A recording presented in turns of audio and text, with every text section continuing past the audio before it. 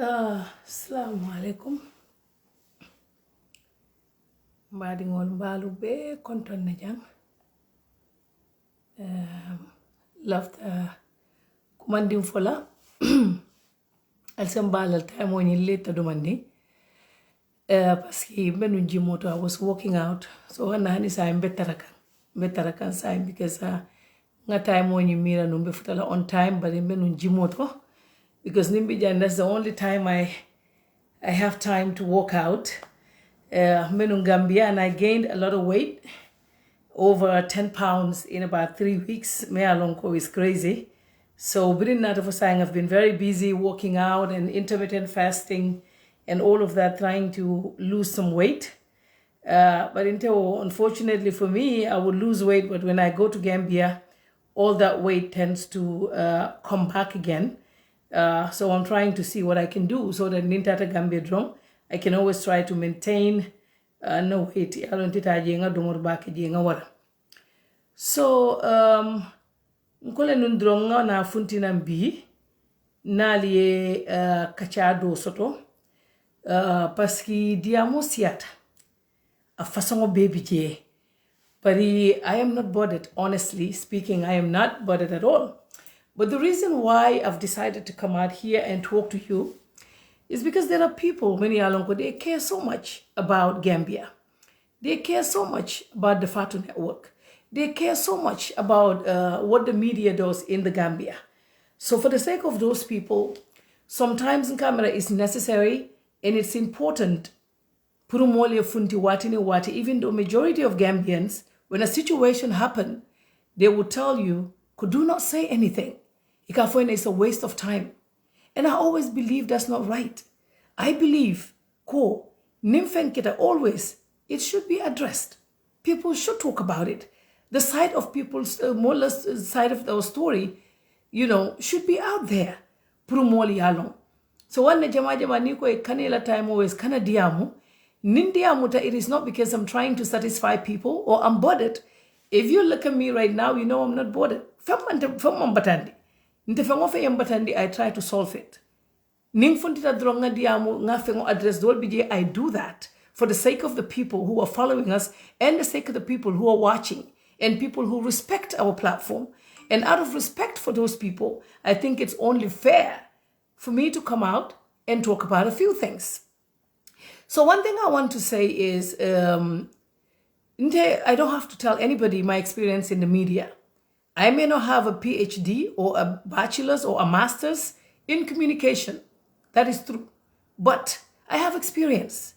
You go to CNN right now, you take out PhD, I have over 25 years experience, they would say, Fatu, can you please come here? Because it is not about BA is important. I want my kids to have it because I do not have it. And I want everybody, moya soto is very important. But alaya talantalane, ay londole di dolla ko ya tolbe sila klasol ko na le karang. Ay Mark Zuckerberg ñol dole jindi, ay Bill Gates ñol dole jindi juna, ay entol dola entol beke drop out. Ako ñal tolu albita sila klaso ko na be men karana sanji tan sabal lafta di la le drong sai altole bori kataba ka leta ale molu haya ale doko ka ale mol makoy. So momo ay so fennela. Ay dolo so wol karantale ni safero ke jang. Isi fango wedi, and I admire those people. And I always tell them, people like Sheriff Bojang Standard, nga fa nete safero men no ninte wono nte betula safero la. Sirif kalitu safero la. Ninga fa sijela safanya bari fana ka trail nka no nte ma no. Ninga safero ken katu murla kamba edit la. Because man so wala. So nte nindo ko birintun takon. I've always been censored. About 20, maybe 10 years of my career, or over 10 years of my career, I was censored badly. We all know what was happening at GRTS that time. Everything was censored. Nimbe News Karankang, and there is a story on a protest in Senegal. They used to tell us we should not read it because Ninga Nati News Kono, that could give people ideas. Gambian youths, it could give them ideas. Yeah, for what a protest ka keno le tendin alingata. So they will cut it out in the news. Nta read nola. That was how I started my career. Being censored. Babukar Gay Citizen FM did not allow that. Wala tinda menketa Babukar Gay la altul be ajele. ituta muta like kol kala fo babu kargay banta ntene former minister Ibrahim former speaker Fatu Camara was the one who was reading the news with me. The current information minister is the one who was editing the news for me. Told baby jele babu kargay nena song George Christensen nena man song yala radio jani GRTS Sonta is a state TV Wotumo Wotaimo, and I'm not talking about GRTS today because I'm not there. I don't know what is happening there. I'm talking about GRTS back then. So when I decided to have my own institution, I decided one thing that I will be against is censorship. I will not interfere in the work of the staff. But the editorial policy of the Fatu Network, I would make sure Koitoleo Beta, yo long and that should be important to them, and out of respect for Ntola culture, yo jibe. Even though media exercise nyaming America ja ninko mbakela o nyama Gambia dasila. Jankatele jibe lenkaje menka fo Joe Biden ma. Nkatele jibe lenkaje menka fo Trump ma. Nkatele jibe lenkafo menka fo hani Kamala Harris men nata kununko. Bari nin nata Fatu Network koto nin ko dol funtita nkanna mol kolle ni ko nye habari Fatu ye jene jonko amanke kilinti na cultural te kilinti. So we put that into consideration. Because no matter what we do, the independence of the media is important, but we also have to put into consideration the cultural setup of the country. So ni nate kwenye te Fatu Network mo jamal fango tinko nte I gave too much leeway to the staff. If you look at Fatu Network, jama molle kante kala mutande gafan yaje le nyine safefang ye nyine dundi. It's not because I'm irresponsible. I am not. I do not even look like an irresponsible person. But I thought the staff have prepared them as to what it should be. And most of the people that are there, they came from other institutions. They are not new. You know, be able to do kola dula little. Birin Lamin Jailan War, he worked at a lot of media, newspapers in Gambia. He worked for a lot of newspapers in Gambia. Saji Burito, she worked for a lot of news organizations in Gambia. Mudiwa, she was on Fatu Show. Diwa taken Fatu Show. So most of all the people, not technician or membije, jelu yes, I will go. So you know they have experience. So I decided it's not because I don't want to know. No. I know what I'm doing, and sometimes I go through it and then I monitor as well. But I don't want to censor my staff, and I don't want to tell them because they should know, and also our editorial policy. Ni momo nata nko clear ndimane. Si le media kono mo nata ye kumol for President Baroma me alon konte fango sometimes na staff o musedote. I would tell them ko he nyindo de aduta afenketal is not right. Somebody came there before and said President Barrow was some very word me alonko is not good. I will use on live show. I called. No. New word sifa, we have to be careful. We cannot use this. Afota jele Halifa Salama, afota jele President Adama Baroma, afota jele mo, but anytime naketa I stop it immediately and we address it. Nkoyko ankara kebal disrespect. Because you know be fana yefende doku. Let us talk about the news. Let us report the news. Our opinion should not come in the news. Nimmo fana nata fana wonata interview la Fatu Network. Alinga make sure ko abe mem fola ya nyini kame naida woto naka abe one the personal life until we've never even known. Be struggle kono fa Fatu Network buka ukova. So in situation on that, mo me alonka ayalu respect ayalu bunya. Nin situation o keta kana la dindi ya jibe. Kana la doya jibe. Kana foko nae nyolo nenteri male mu force mba force la lenga memfai ayoke. Iniya mo bunya, iniya mo respect. Ala doko mentika otua bulle. Because si se dimba, ine si se uma adingol iniya adingol ma akabule normale. Ha Fatu ni mo bukala bam Fatu bukakete na doko ni ko be interfere la okono. And I'm going to say that right now. Nadoko, you can be my best friend. Sikuwa beke nyokang, simmi nyokang, ngaladula killing, njikaba killing of one sashia, tika killing one sashia, but na ta Fatu Camara la dokola. That is no compromise. The compromise la wala. Because one, I said, I have been censored for over 15 years of my career. Yen censored. So I can't just only kamfandi. Wala nambuka la fi moe interfere na doko kono. Momo lafta kelanterity. Nsi keno terimat. It's not a problem. But na doko tuje. Barita na fila kela non teri ti nyabe odokam ninja na fenkata dron teri malete ya kumandi fata ajindi. I cannot do that Because if I want to start operating like that, I am undermining the credibility of my own institution. Nin lafta operate la wanyama e barola kumo faje barola moli ko e fatu ajindi ngabori we la mena ala jindi he fenke nyo daba nyole kolkade he ala jindi fe halifa sala nyol fa e kolkade ala jindi da mete kumole ko feya so nin ko keta ntolo man ku fenke alaw ndema mo alaw haninte muna ketante la ndeka moljele ka bane ndiro ke man te kulu wanyama ntolo sokono nte nyama ma nte nga singa wandi alfa nen woni ne te kala fo dunya e kiri menu katara mol banen na metol le kulu le sol kono because momo ni e kulu ya ye kulu itete wandi baji be le ka wonne wale ka wandi faji be e ka wonne wale ka wandi antineng nendiro ntol be la no ano ni mel lafta isi loje mo be banen amman ko le yade mo be banen diro no bari for what kamol nem for what so situation o men keta ni momo yente longa yal nentete hani politician clean nenna usenu hani dindim ma men fo gena doyata docteur Cissé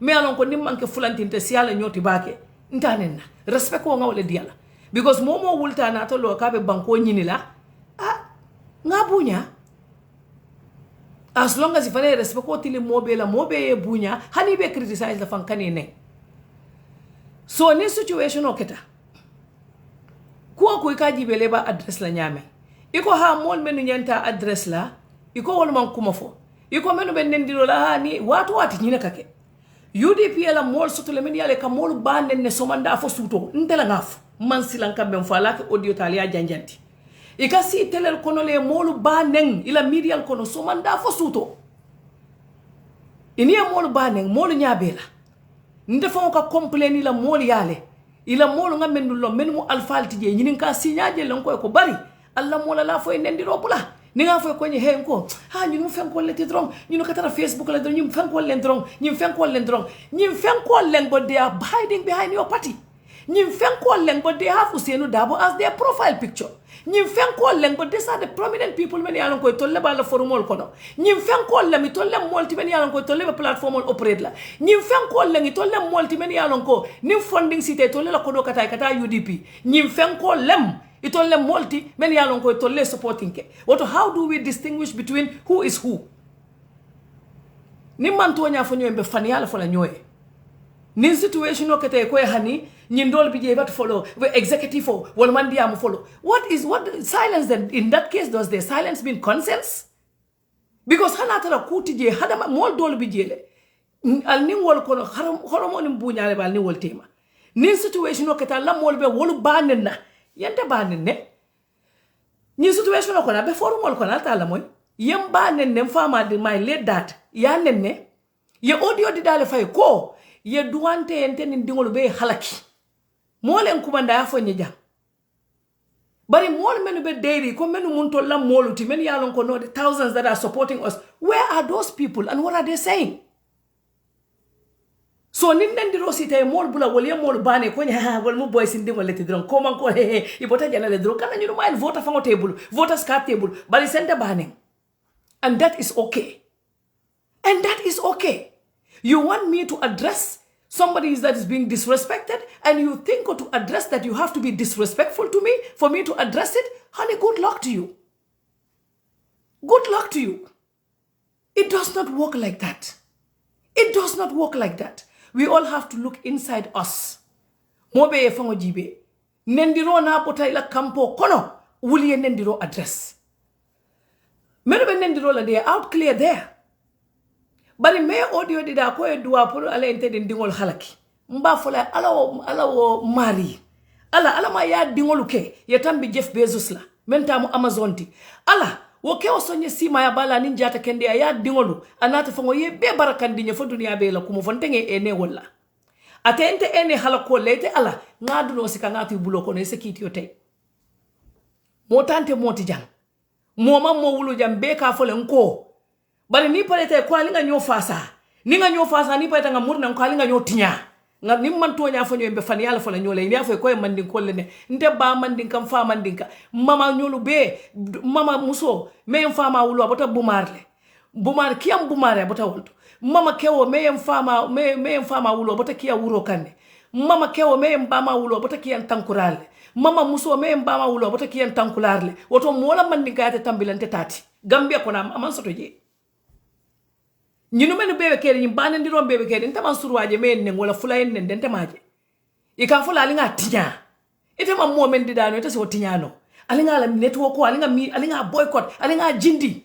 ali nga fenkol kumandi ka fanya di fa ali nga sponsor kumandi yala fengo be stop ntol ko nga nyofa sa nkonka wala fo molbe jelelan tolla ngamira kon tolle bi jembe nyo tinyala mbe nyo tenkerenda mbe nyo la kol jahasela mbe faniala la nyoka ngo hani sa ali nga nyofa sa momantara sino la de mota dofti jande nde kabirin nata 2016 fo bi ndani mo kilingol drone tolle be nyola natiara si do ko e kata kala jang faabi ko ngata mide to e kata kala jang so altol kal tol la fitantelale mol natale ya fonye nyunu nenata la finole la fatu bari ndem ko mola kuma moyde ini avon ka fole kala wore wala mol la diya mol ndure ka mol ni mol fay nyokande ali ngam fango jibe moni lafta mol e bunya mol e respect ke fango le bunya e fango respect ita mu menti yella fala nga nyo fasa nga gambia be fasa bari ntetara no la siri nga fa ali nga nyo fasa ni da pare te ko tela silo te lafta menna memma o ke drong ite be o tenkere na le dua wala ko beelo ye sponsor no ma yala ko stop ite ko yo boycott nduntol be ka fole nko mbe ni man to nya fo nyo fani yala fola nyo ente dunta fani ya fola moy ndata fani ya kuma fola moy because nte amana ntambita woto lale mo bukante la bil jo nte la bilo na konto na sima alhamdulillah rabbil alamin ala yo sone yandil so woto nte mo dogo lade ka fu ngata nte ke baba yen sindi internet ko no fulis ndi sa nte kuma fono la fo kurama na taliban fen ko ke taliban ha Fatu Camara fele mfele mbe dongola mfele mbe fen ko la mo tente control la nde lafta mem fola mbe wala fola kante ta kan dictate kan box kan ke box ko no kan sindi ate kelantel anta kan wol fali. I have a lot of respect for Uncle Useno. I have a lot of respect for President Barrow. I have all the respect for Khalifa Sallah. All of them. But he told kono mota fala nyembe menkel. No hani la support kilinta fala nyembe menkel. Do ko mbe okela in the interest of my country. Fe mo fe me ala fitino nati la Gambia malla fala. Bide struggle wato malla fala. Bide struggle wato ntakela. So, nin situation o kete kam menke ka ke domandin ne aliye dung aliye ko address aliye ko mo fo bari di moment ye force o ke drong ye ko tinyale America wo Europe wo nin ku keta ye ila dingolu londi yahudi du kungoto ye kido mutayelo e kunto iko ko president nyimmo men fele lorinde ntol terrorisol ko nal ma mari nal ma nyinke mba falale America ka fo in the police alafa ibuka more put in a situation me alonko they have to make a choice immediately. You don't put people in that kind of situation. Ibuka okay. The moment you okay drong ibe o mari put la in a position me alonko na fane act ke drong akatinyar barke. Things do not work like that. You talk to people. Bawe ko menu be diamola wol mo mon dingol leti men yalang voters card table ko ha fente wolti wol be Facebook le drong. I will not address those people. Woto na la kebal pareta ni wol diamutante. I will talk to those people. But I will not talk to you guys. Because ikala manke ya man important pati yokono. So I will not talk to you. So this video issue, interview al keta Fatu network le, altol fangol la mol nata jele, some things were uttered which I do not like. Against a whole lot of people. Some things were also uttered against Usenu Dabo, which I do not like. But I always address them without any of you knowing. President Barotal sinya julumbe address je hani mo killing ana manam funta fo nye ha nyine fo president ye alinga boycott wala nyine fo fenke alinga kete yani kuma dimin dimbali ka wala fay nda fo ngoni namol ka du nyola je dol fon ka fo ko yamene ta fala nyin kanyina fa saban ibe hani hali fay ni kuma fay min namol si du nyola je aketa le benjibe kan ni life to yalo nen kamef ndu wol bu ka lon fa because nganna seto po fana lonne wala halifa o dabo o muka so moye respect internet okon Fatu network hani na page oto ikon tebire Abubakar Jawara nen kole kana nen bulli so be jibero la bide Abubakar Jawara be interview la ni Lamin Jay mol na tele kabula Abubakar Jawara la ka banen nko yal kana mo banen ndela nga safe nga kije interview kono live biri nga kije bulli so en safa ko nye manya na nyinkela jede because ni afo mo kana mo nen akamunta ko ebe memfokante ebe mol control kan nka ya manke oti banendiro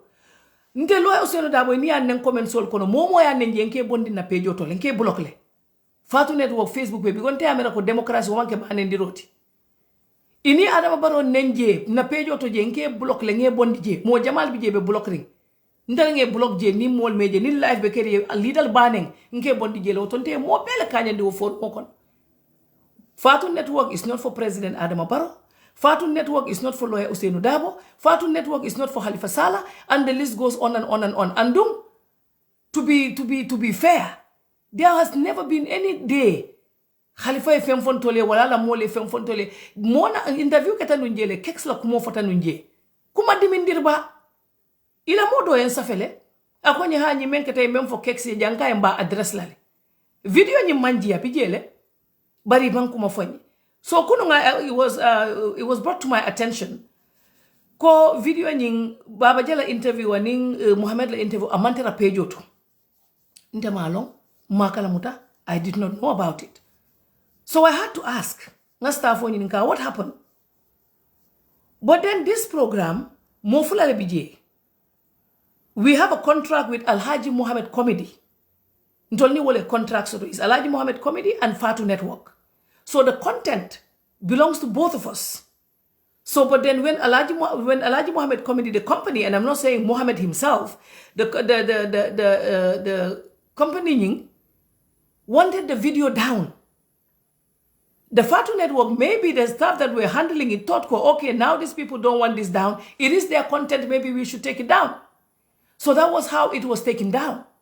So when I went back, I checked what happened to the video because everybody is calling me that it's down. And then they said yes, because, you know, the other partner thought that they don't want this interview in there. And then I said, but let's look at the contract. I looked at the contract and I saw on the contract we have a right to carry it on Facebook only. And they have a right to carry it on their YouTube.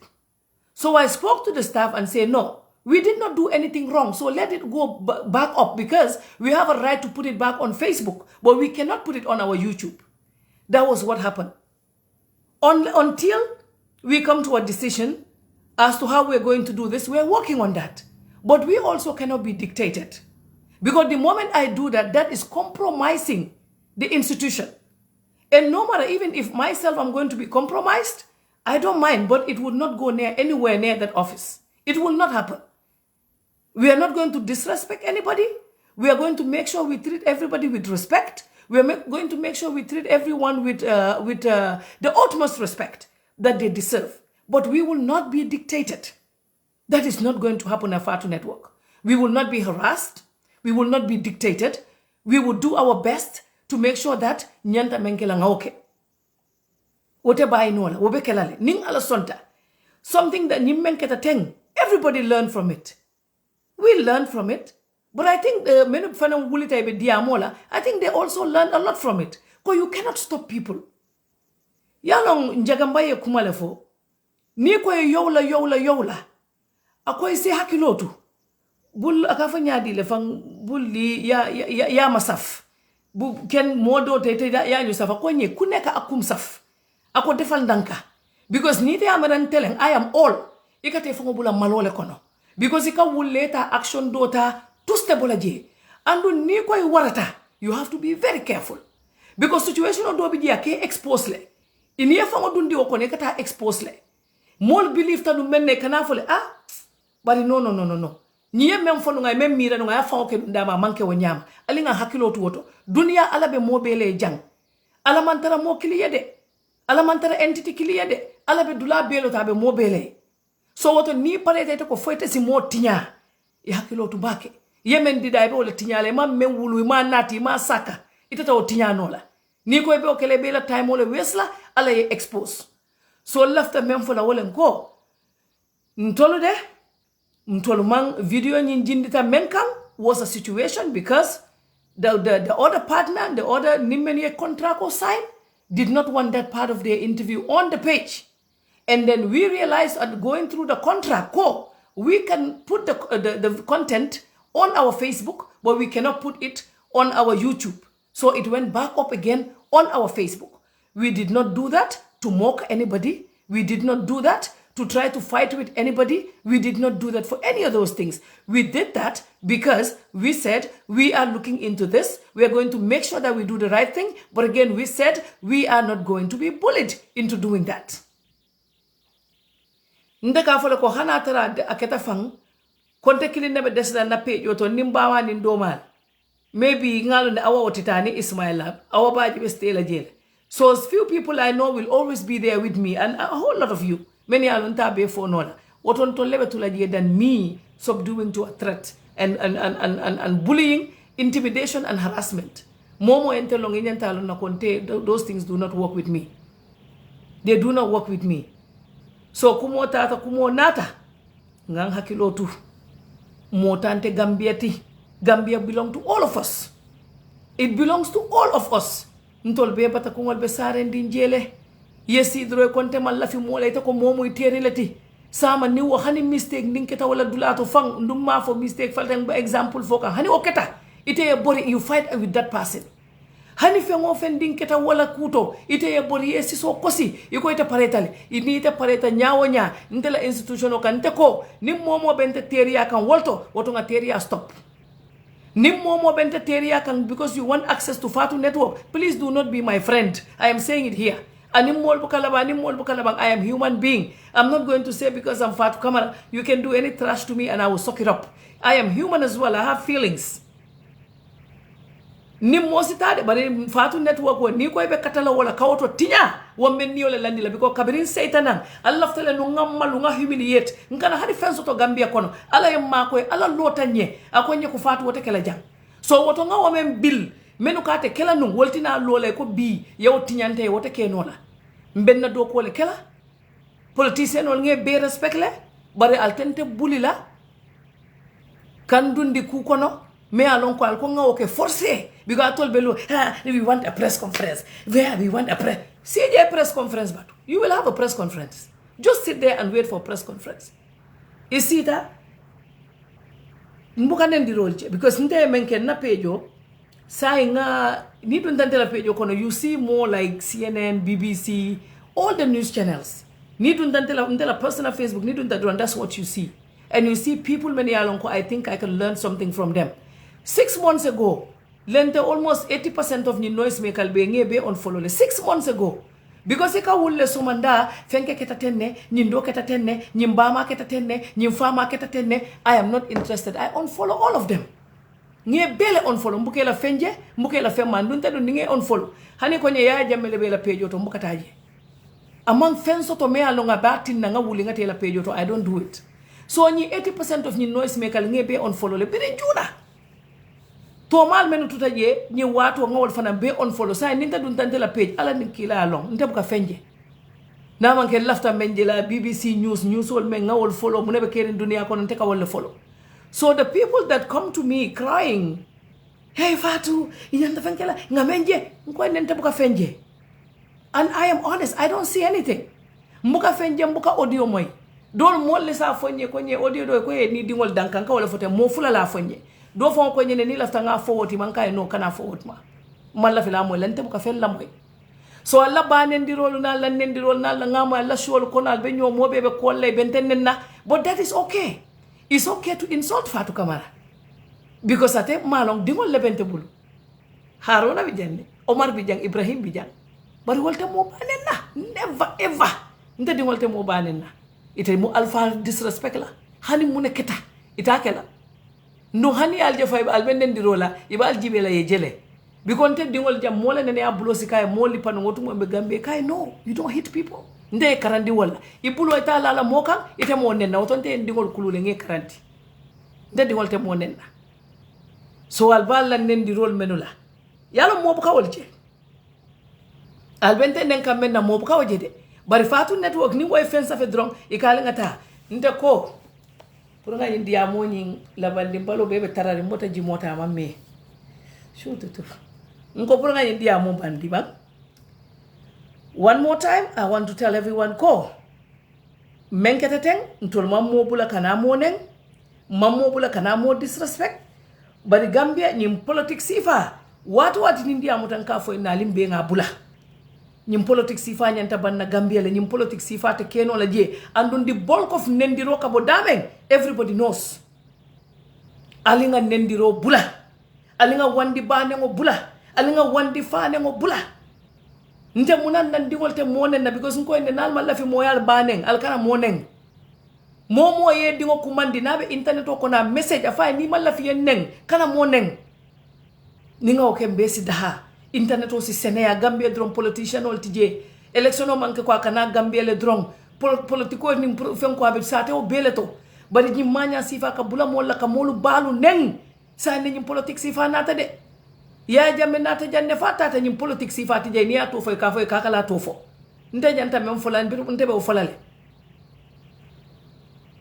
so alinga hakilo to nyoto ni man la fiye menke la mola kana ke wandi mola ntebe nenkande bri last week ntenga muna to interview me alon ko birabi na fa ntebe sinol wono wala nte futata jante futata America 2:30 am Friday nata mbe sinola mbe wulla birin show fa kana dati nte Muhammad fa wala kolol jele fan because normally janna ka show dati si diamu because wato nkatu diamu la ene ngas miss call of on yente be sino la hani wo shodo I men follow sort of from before baba ja mo wol fa ta jibe nte wulita baba ja la interview o kono wolto lente wulta drum nga texto ki mo men ko hello atra telefono tabula man tra telefono jibe ka bar nga fa nen kay ni be interview la kali la telefono muta because sometimes aka koyde pour ye fenki isa jeno ndema interview men jibe alin so time la nga jibe ma interview men je abaten afaten alinga duwaye adingole halak alinga boycott alinga kete sa ente ko ali ali continue boycott wobe alale bulu nomba be alale bulu momen be la network jibe la wobe alale bulu woman tara hadama dim bulu mo buka control no mo buka ala control no so nyim fiti ha ta press conference la ate kela ndete press conference kela so wannan ko nga funti nga faale nga diamu nyun ko to sign nga nyun ko diamo bebang na diamo be kala kote maybe Fatu network ni wali ya decide be men kala isa for her sign tol nga nyin ta but until that we reach to that destination there is not much anybody can do to help you andum kom altol fango kalmu molete men ya long men ko diamu tenen drong I am not going to talk to you guys al mol men ya long ko be UDP ni wal pareta ni issue address wol ben tol contact len tol ni wol be diamulal ba tol be banendiro enten altol te fem fola ko diamu tenten altol teba bari oncle Usen walo nente ta disrespect la hani muneketana hani nyamata ati yalo nente ta disrespect la hani me o fire ba fola ne Fatu tente disrespect la ndu nene ta disrespect la ndu itol be the same thing ala bula ka mol la politiko tinya albeni menke kal mantara oncle Usen ma koy kande albeni menke kan al mantara ma koy kande mol kana election la ni diam re ko ha ko the silent majority abi jele because the silent majority ni wolte tun tenun ali men wulin nun tol kan al tol ka fon ko ente ka fon ko al fon ko yente tinya al wulta menu wulita wala nante buka son katara mola ko na to de because amam koy nin tartanun ko na to ngam fon jebal ni wonte nim bi sita nun tenun sembulo lan kun to nga wuri na mol botan ko to wannan ta buka tara mola ko na to de nin tartanun ko na to bi fensi jelen na nyingote men da ko ni parete ko ha bi afengeta tenne abe NPP le abe janale Bakari Baji la asambaje Bakari Baji albo to fola be hako to kam moma ndeni Bakari Baji kabin 2010 for 2011 biri wo time ole namo manke bi kuti Bakari Baji sike no minister dolti men yalo ni en tolje fay ka borle hani telephone o fay buka hani yata bara natala atandi ala boss la kay ko nyimunta la molati de nit ñi metale nda nit ñi iben jelale be moy la lente nda bula nola aya tandala because amam fe sota mem mabukan so woto ni mo lo tay wo nyama ila mole moti asa no la fo sa nda minister de Fatu fa ngay tasi bari tol metale so bari Bakari nena mang interfere la doku kono biri nga Bakari lom fo bi anama nan kumanda fo nyete ni headline o kelate itani kelate Ibrahima Silla di sem na metale Birin Citizen FM 1996 ni Ibrahima Silla be do ko nama nan call akonyi ni headline o kete nyindo kete nyinkete nama nan call ya fanyi so woto ni enteni momo je meta ayna do ko le mutanye fe ay respect wala kam mendi bari ni ko nga me ite ko sa ninte fengo fenga ha yenyin do yenyin jindi yenyin do fenga yenyin do foteng ininte dia nola nkana dia na do ko kan ni be like Fatu Camara kiyan wuro kan ye like wo nyama ye nyabo ndi Fatu network buka ma mo wulita pour ka dum Fatu network la ko to drong a jarta nya hana tara fang mbe muna kela fang I will do that rather than nga compromise at Fatu network te compromise not even worth it ka be for jam fam because nga mara by now gamben will be wolon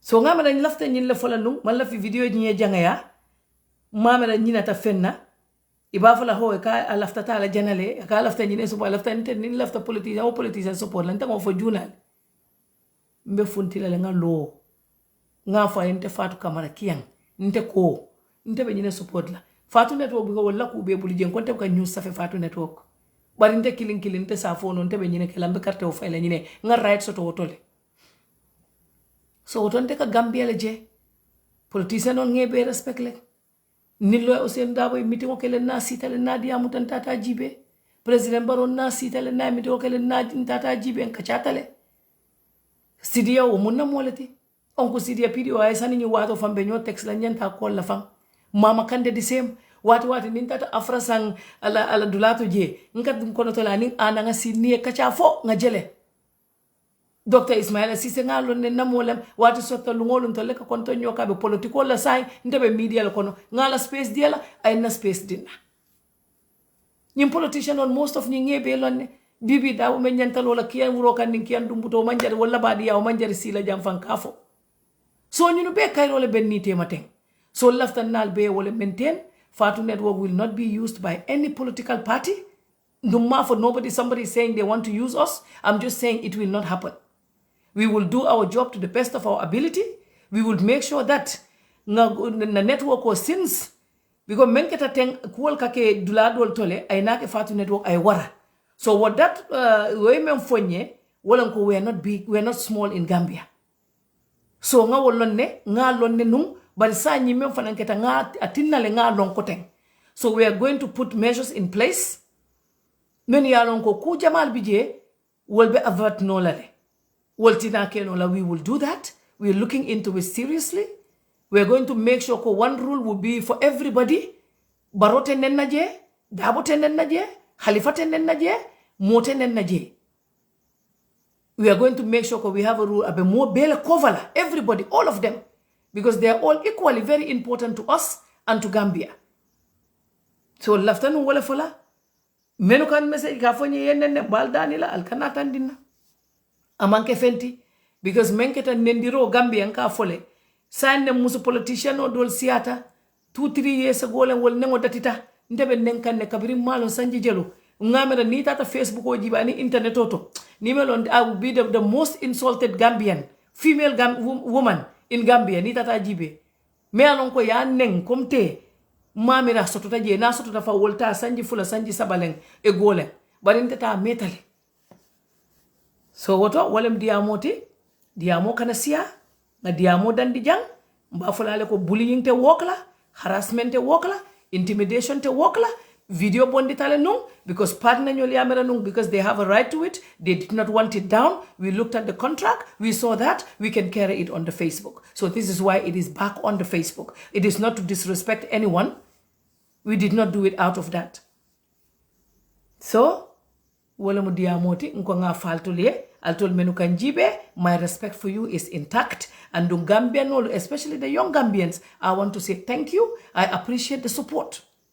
Because ni mfai mfangola molo ni mfai ikafonko nkafonko ni wali mfai ikali ntia ikali na network so boycott ikonna sponsor yambula Allah akbar hada madingo kanyina bari nyimbe menke mol kambe mfanye sanyi jelo konye Fatu nko na konye nyunuma la fila nko alkakali wofo ngamara every day wobe clear kanne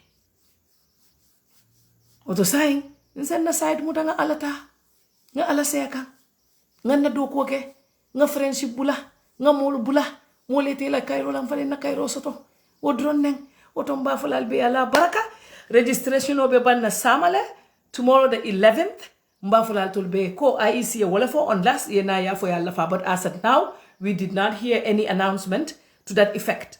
So mbafula tol be altali register and you make the right decision. Karte fayo fela binakan ali kuol jibe menna programu munati ali ajibe me alon ko nata wala baltol la kuol lafta menna wala be kenola ali o marita ali alla karte keso diala ali ya faye amari si is very important. Gambia ku killing I know Gambia te murun wala dictatorship wote kenola because men keta koleatal nunga dimita no mol lota ye niola mol men yalon ko ilota Gambia ye niola America fana janga be wala nyama hani independent ni ba celebrate le ka fo ne men yati na Cairo soto alinga wol follow tank woton tol fana men lota Gambia fo Gambia ya soto biya lafta menna solo sande nyolu ani mol men yalon ko be struggle ko no kabiri muntuma coach pa samba nyol ni yadente dunta struggle ko no sohna sala nyol nata nga wol taraje iko ha ni ma ya jeto man nu fenna ka fen sam bara ni mol fana jote tal ben yalo nata le man fen fo yede le tek balinte wulta len dunta je ko maybe ala yake wala nyama ala ka ko be tambindi kula asa tambindi nyina na puraike so nte buka o soso wana hani me wulita last minute nata nsafo bari ye jelo fa ko fal yuko ha no yuko ni andol fo fay bala na mol ka fo nyenne fang nka dol moy o ka fo nim fele ke wona la kurto ite so manda fo suto ite man topic soto fo Fatu Camara o barakolati wallahi billahi mo barakolati alhamdulillah rabbil alamin because ninta sita fango wiko eta yaba mo manen nka fo mbatu na ko jibe ko yamana ni wato na ko man suloba ninke wal ni la kurto ka si so manda fo he Fatu Camara mbina tinyala le alhamdulillah rabbil alamin because modol bi jele bu ko soto mo bu ke tof woto nalu wulta tola la musol be so kono ndol fele be sirin janda ma muso be bulu kawcho to tita ni la muso e si ali nyo kodul ali fe movie killing jibe ali alla drink wala ndinko ni ulong tibe caring ali ta tikendo sang ali la kawcho kono na la muso ali Netflix mala ali movie jibe ali nyo kodul altol ma Fatu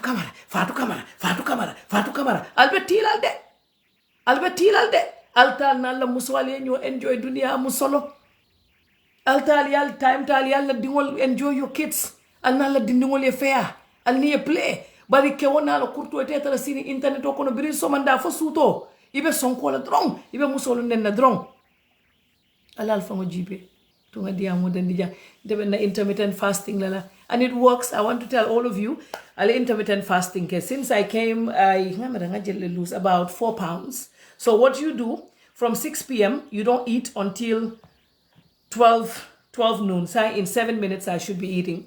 So from 6 p.m. until 12 noon the next day. So all you do, but you can drink water. Is it your minno, ye teaming? Then in neo can drink ka weight lose no le taria. So ali ofana mira intermittent fasting is good. It's working. Oh. So thank you guys very much. I love you all, and to those of you who have always been there, Buliso, Digger Bopa. Thank you. I saw the guy, the APRC guys, and they were like, when are you coming here, supporting her now? And you know, I thank you, all of you guys. I say thank you because na mo lafta malundi la nung, ilafta malole la langkang ala yebang ala mbafle baraka wana wulta nga saloke nga ala dani kaya baraka because ni mo men ko etani wolle mu kilinti ni wol pareta wol wulta ko etela ko foisa betinya ala wulta ko hani si yake 2016 ama walk ni be sohla ni ba doman na watu ati yem bulo pam nga borna nga muru ko ten ko non ñun la mta sonda ñun la ñun na moleti ye fenke ko non tolte the other majority ha fenko na mod ano what ka femfo but they're silent and it's not consent. No, I'm not saying it is, but what is it? Ita fole ite femfole iba fole ne drong ha ite fenke do dindi malle odol len drong odol ne ha wolle ba nen diro Fatu Camara ba ma yo ne ya fama ne ya dingol ne ya fango ne. No, it's those ones. Well, good luck to you guys. Thank you very much. Na doko continent dilale mba fulal be ala baraka. Ngata domoro la saying about 4 minutes to domoro. Thank you.